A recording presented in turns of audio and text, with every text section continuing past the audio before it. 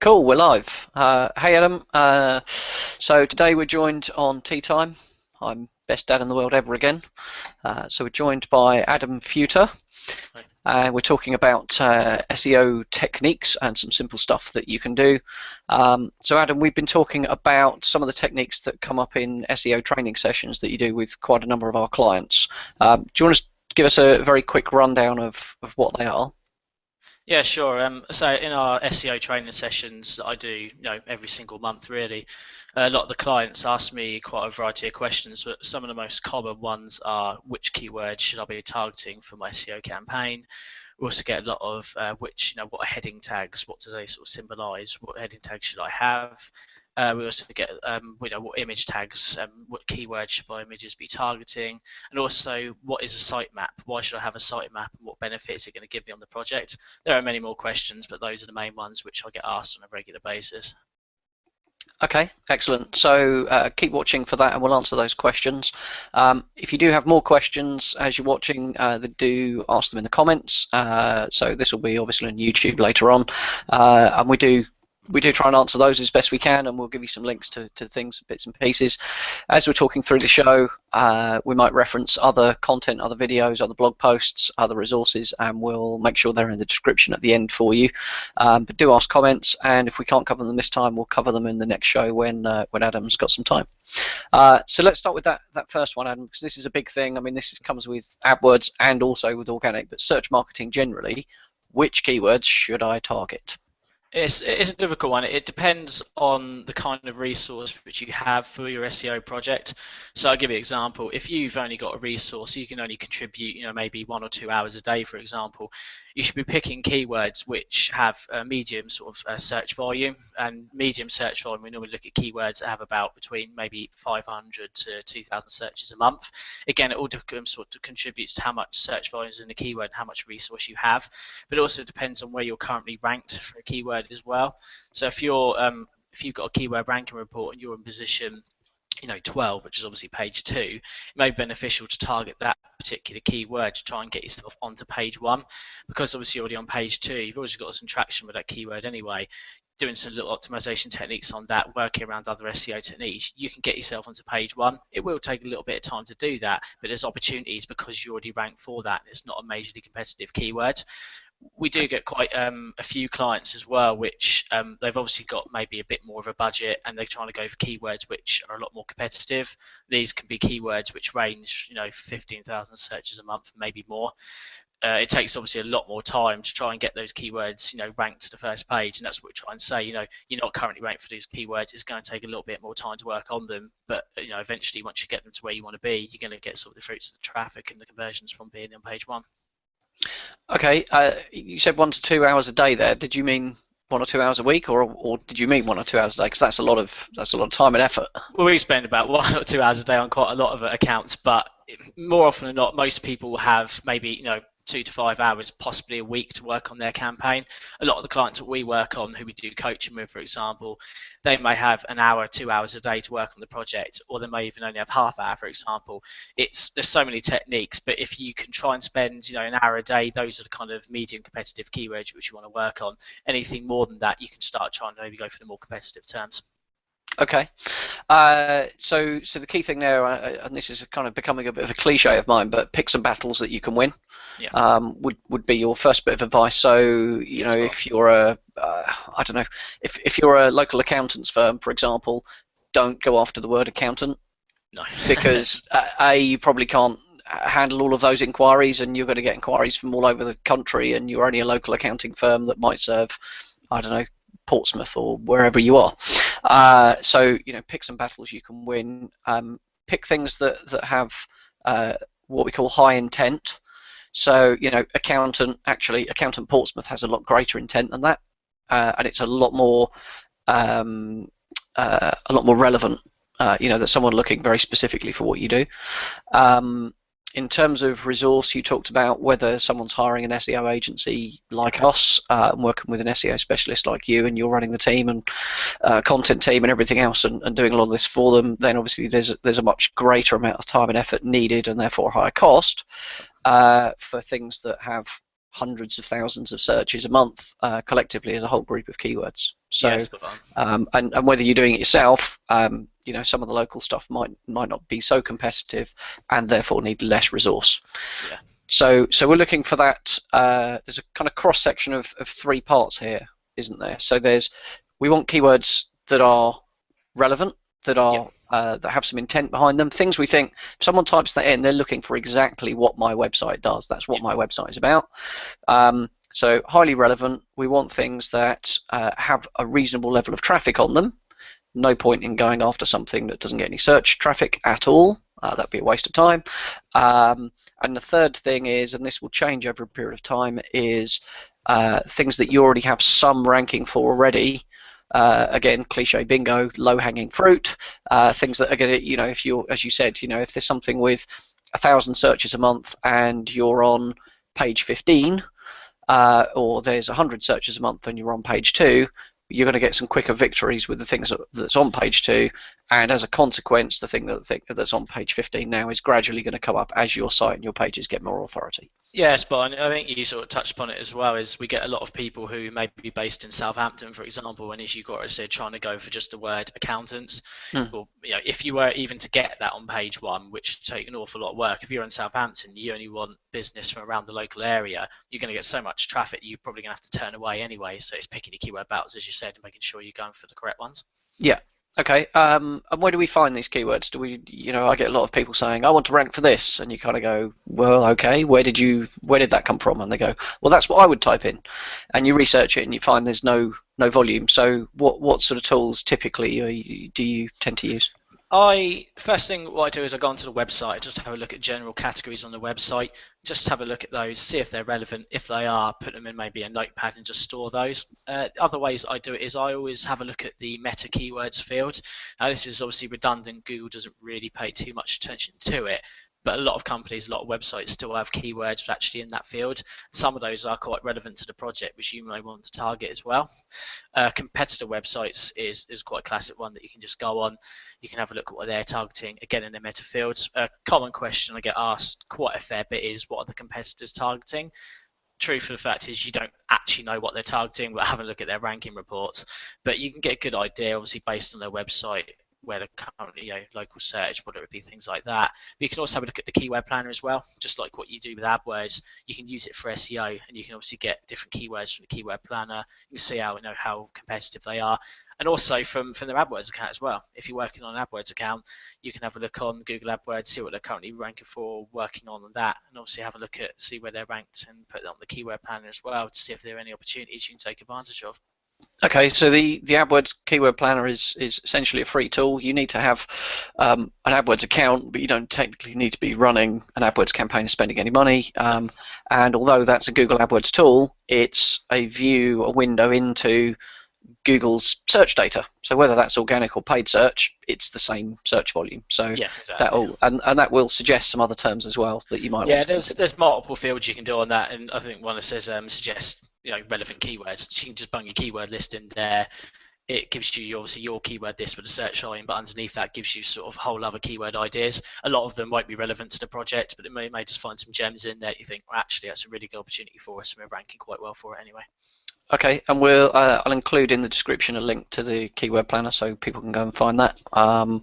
So good stuff. Okay, so our second question, which comes up in SEO training with you a lot, is what's a H1 tag? It's the short version is it's the heading of the page. So on our website, for example, we'll have a page for AdWords, social media. We've got one for social media for business, and on that page you'll see that the main heading says social media for business, and that should be your targeted H1 tag. Gives Google an insight into what that page is about. Now, if you can include a keyword within that H1 tag, obviously based on what that page is about, that's the real key. So for that particular page, obviously, it's social media for business. We're trying to encourage obviously visitors to go to that website and show them what we can do for their business regarding social media. So we need to have a keyword within that page. Where people get stuck is they try just to include many keywords in a H1 tag, so it doesn't actually make sense. And the general rule of thumb is if it doesn't make sense to you, it doesn't make sense to Google. And if Google thinks you're just trying to spam keywords in there for the sake of it, that's when you can get caught in the trap and potentially you could be penalised for this. It's sort of on the same topic, a lot of websites we've seen have actually multiple H1 tags, and they could be targeting the same keyword as well. On each page, on the same page rather. Yeah, or do you mean H1 tag on one page and a H1 tag on another? I've actually seen multiple instances of that. Is on the same page, for example, they have multiple H1 tags. I don't know why they had it on there, but they have multiple H1 tags, and a lot of the times it's the same keyword. So effectively, you're duplicating your H1 tag. Google will have a look at that and think, well, why are they doing that? There's no point of it. Okay. So it's a trap people fall into, and they don't even realise they're doing it half the time. So you have to be really careful with that.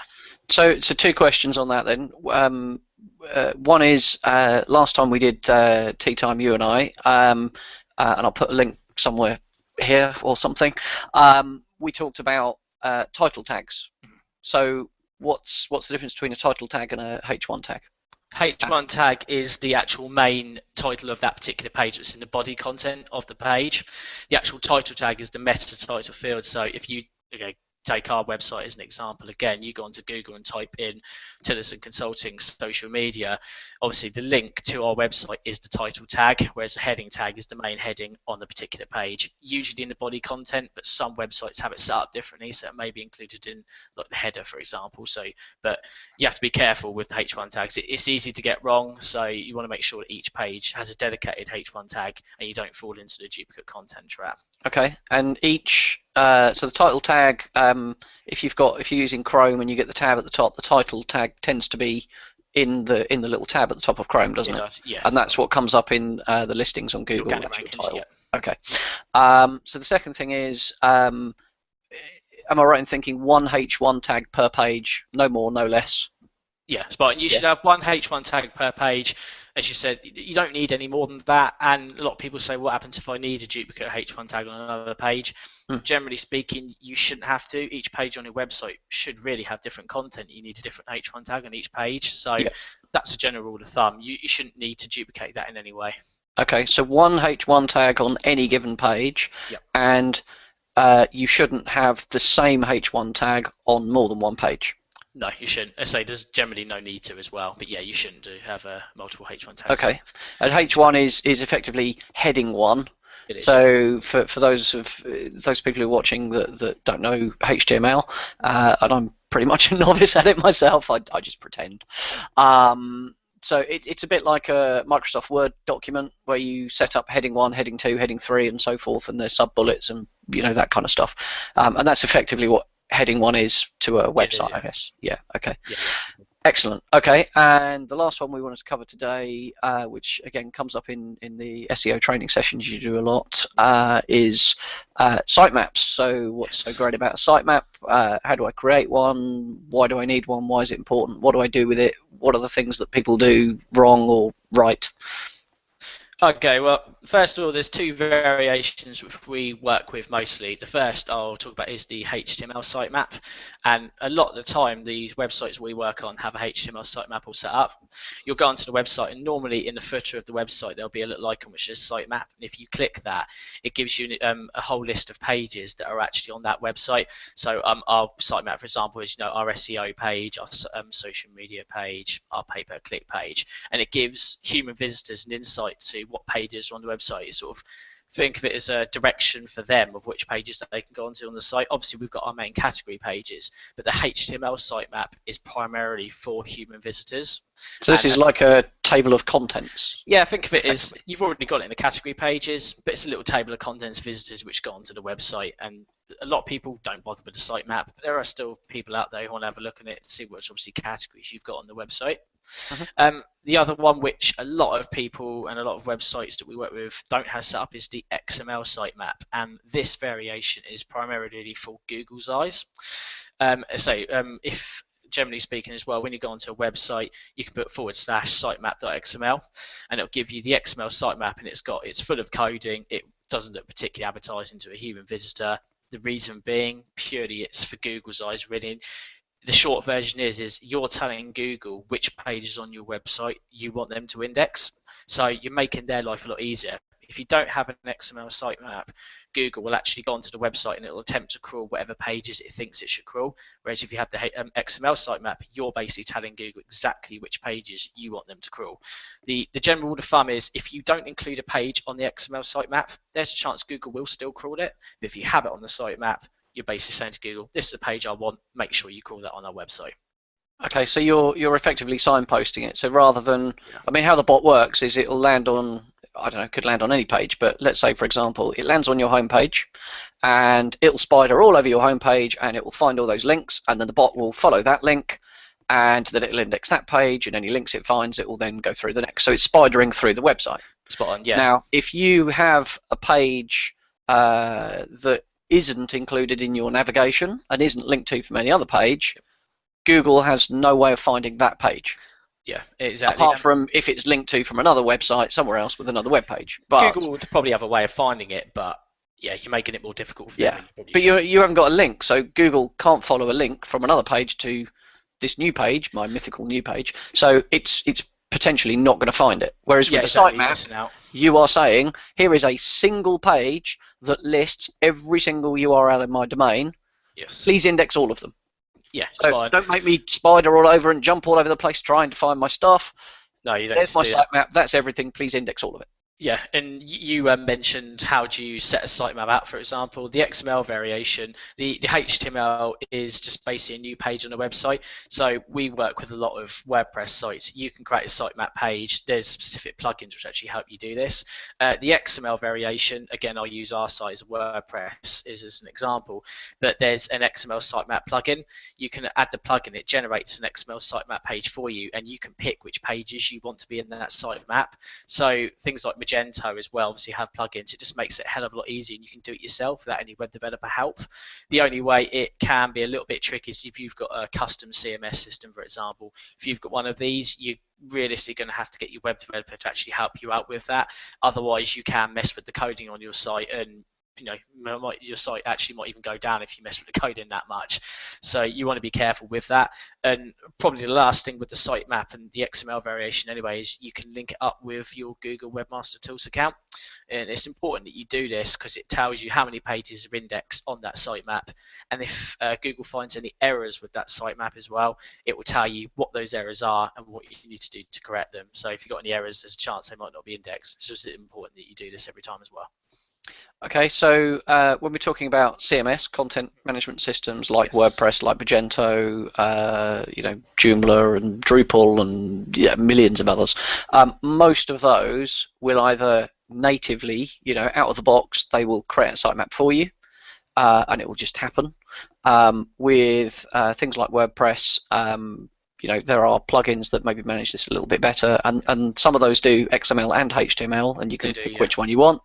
And the other thing to say about them, particularly with the CMS ones, is you can pretty much, once you set it up, you can forget about it, because when you create a new blog post, your sitemap dynamically updates automatically. It's not like you've got to go, oh, I've got my blog post. Oh no, I've got to set my metadata, and I've got to put an image in there. I've got to put my image tags. I've got to, what's my title tag? I've got to do all this SEO stuff. Oh, one more thing, I have to add it to my sitemap. You don't have to worry about that. It's dynamic, and it will do that stuff for you. Yeah. So it's set up on our site, and most client sites it is as well. So whether you're creating a blog post or a new sales page or whatever it might be, those things get dynamically added to the sitemap, which then is fed into your Webmaster Tools, and Google's going to come along and crawl that. So effectively, once you set it up, you can forget about it. If you have the slight misfortune of being on a custom CMS, a proprietary one written by your friendly local web designer or developer, then there's a possibility that the XML sitemap or HTML sitemap isn't going to be dynamically updated. Yeah. So you need to work out a method of updating that manually or whatever it might be. Okay, so that's quite a lot we've covered there, Adam. So we've talked about keywords and about picking things that battles you can win effectively. Things with things that are highly relevant and things with a decent amount of search volume on it. And also try not to do everything at once. If you go after everything and you're fighting battles on multiple fronts, you're just going to get slaughtered on all of them. Whereas if you focus your attention on a small set, monitor the rest, of course, but focus on a small set, work on those, make more relevant content, optimize your content, your pages, and then look at the others next, maybe 2, 3, 4, 10 weeks down the line, whatever it is, and then evaluate them, and then decide to pick another 2 or 3 keywords to try and target from there. Yeah. We talked about H1 tags. 1 H1 tag per page, and make it unique for each page on your website. So you shouldn't have a H1 tag reading the same thing on multiple pages. Yep. And we've talked about XML sitemaps, and preferably, ideally, you're on a content management system that will do that dynamically for you, and put the XML sitemap into Webmaster Tools. Yep. So you're basically making it really easy for Google to find your sitemap and therefore all of your content. And if it's on something like WordPress or one of those CMS systems, that's going to be dynamic. So once you've got it set up, you pretty much forget about the sitemap. Yeah, pretty much. Is that about fair? Yeah, that's about fair. It's good to monitor the sitemap now and then. You are right, you can kind of forget about it, but it's good just to monitor the sitemap just to make sure there isn't any errors. There generally shouldn't be, but if there are any errors, you want to spot them sooner, obviously, rather than later. Okay, good stuff. So thanks, Adam. That's awesome. It's been a good session. Next time, folks, make sure you subscribe. We're talking to the lovely Gemma Scarth, and we've been doing some amazing things. I say we, taking all the credit again. They have been doing some great stuff. Gemma's been doing some great stuff with clients on Instagram marketing.